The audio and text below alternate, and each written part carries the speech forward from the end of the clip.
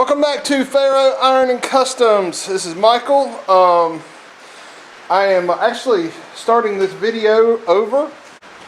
What I have ran into, I've actually been out here working for a good while this morning. I just came back out after lunch, and I've been working today trying to get this rear lower fender on the car, and come to find out the previous owner, whoever drove his car last, had they had some big wide tires on the back of it sticking out the back, and they cut the arch out, so the new fender doesn't line up with the fender well on the car, or the fender shape of the car, which is not a problem. I just got to get in here and figure out how I'm gonna fix it. So I'm gonna tell you where I'm at. This video is like, it's not a daily video, so I'm probably gonna knock off here in just a very little bit. I want to mess with these rocker panels just a little bit and kind of get an idea about actually seeing what the rocker panel on the car is shaped like.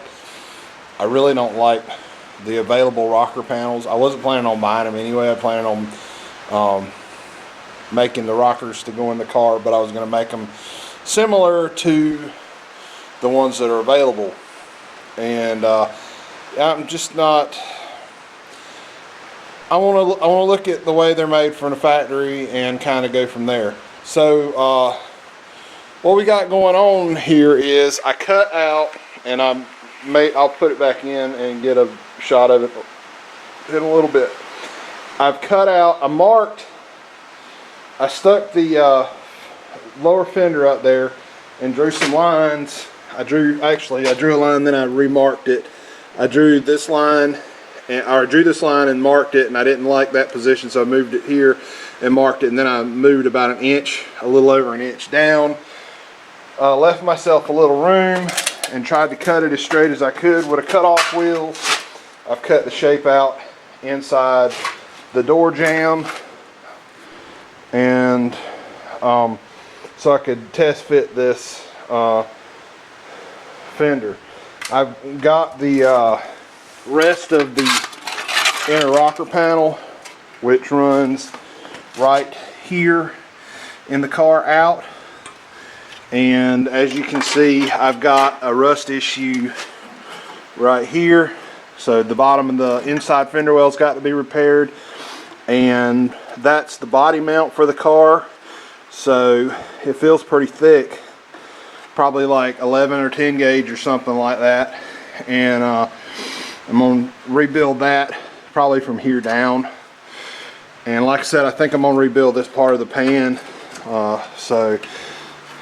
Because it's, you know, got some pitted rust in it too, so I might as well rebuild it while I'm there. And I've also got to rebuild the bottom of this door post, the B pillar on the driver's side, and you can see that's the mangled mess that happened whenever this car was obviously wrecked. So anyway, that's what I'm going to be doing for the next few days.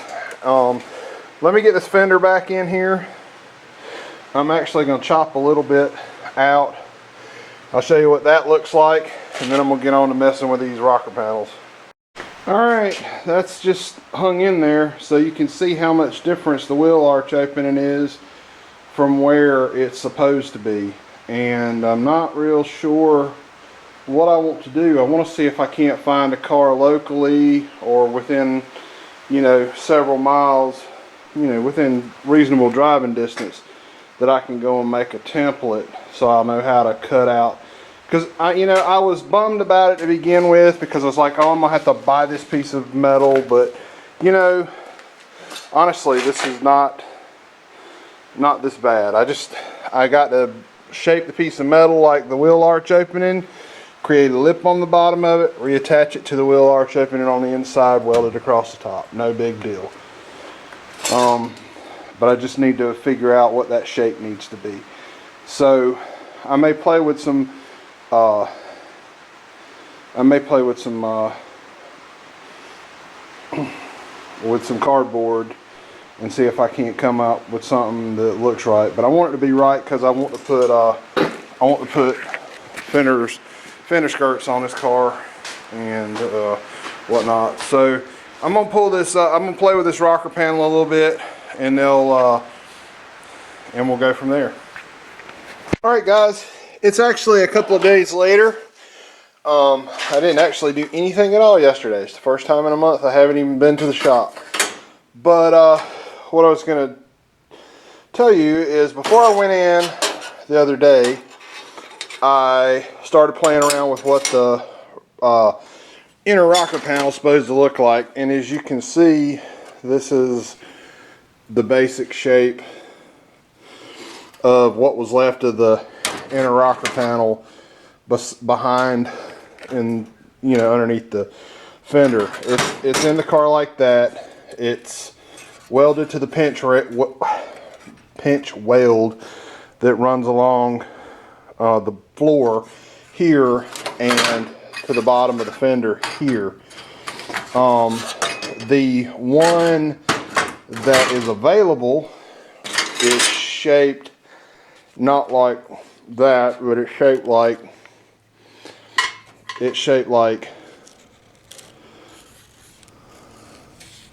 that, and it has some beads in it, and it doesn't have where it welds to the pinch weld. It welds to the bottom of the rocker panel and the top of the rocker panel, and then I think they just did away with the pinch welds in it. So what I've done is I started out, I made this to see if I could do 2 bends in the brake, and then my next thing I made a little piece to kind of get an idea about how it would turn out with a roll in it. Then I did a larger piece with a roll in it. That's 22 gauge. It's kind of warped up, and the final product is, I can only make half at a time. I got to have a 6-foot section of this, and I can only make 3 foot at a time. That's how they sell it. So this is how the one I made turned out. It's a little long up here. I'm going to have to cut it off, and it's not 100% perfect. I need to do just a little reshaping at the bottom. The Harbor Freight brake has got a slight learning curve to it. So what I was going to do is show y'all how I made this. First of all, I marked it out. I have one line for the roll here, the next line is this roll, and the next line is this roll, and then that's where I want all my fins to be. And a consideration on the front panel is that you need to leave room at the front so it can weld to the car flat, because this one welds in the back like this, but when you get to the front of the car, this would be in the way, the bead would be in the way, and this would also be in the way. So I left enough room to weld to the A-pillar of the car. So I'm going to set this up and show y'all how I made this one. All right, I'm gonna probably just kind of show y'all a couple of these because I'm gonna run out of time. All right, so like I said, I'm gonna do a couple of these. I'm gonna run out of time if I'm going from the back side and going in the English wheel, and we're gonna tighten it up and put just a little pre-stretch in the panel. A little more than that.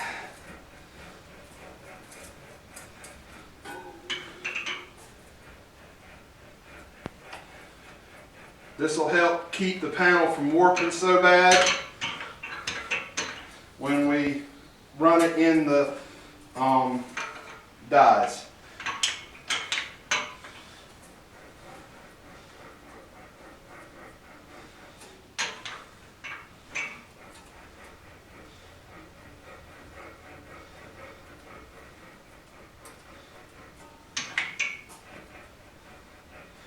All right, and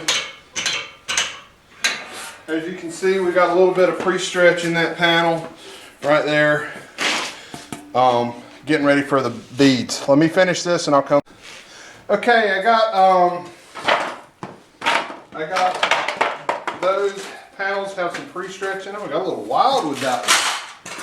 So what I'm going to do is get it in the bead roller, and we're going to tighten down till the bead touches and go a half a turn, and we're going to work it back and forth a couple of times. This handheld bead roller does a fairly decent job. You just got to go slow at it, like a half a turn at a time slow.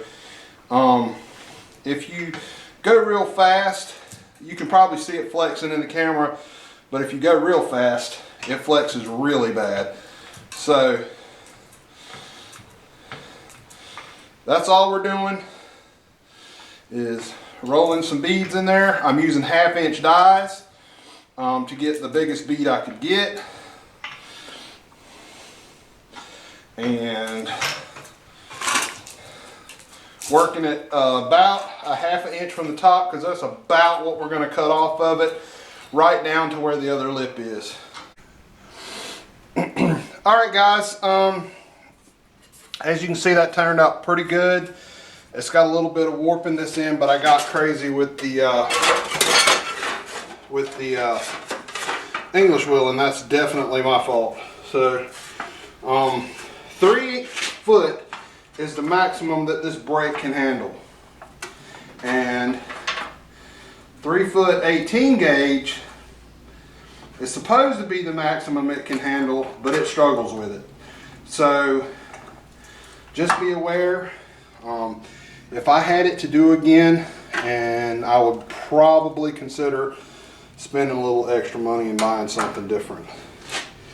But what I found that works with this is you can't get it all in a go. You have to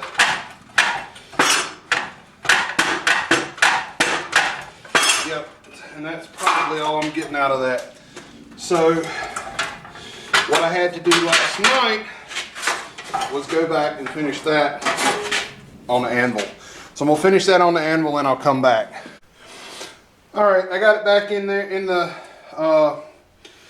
the brake, and it's not quite as crisp as I would like for it to be, but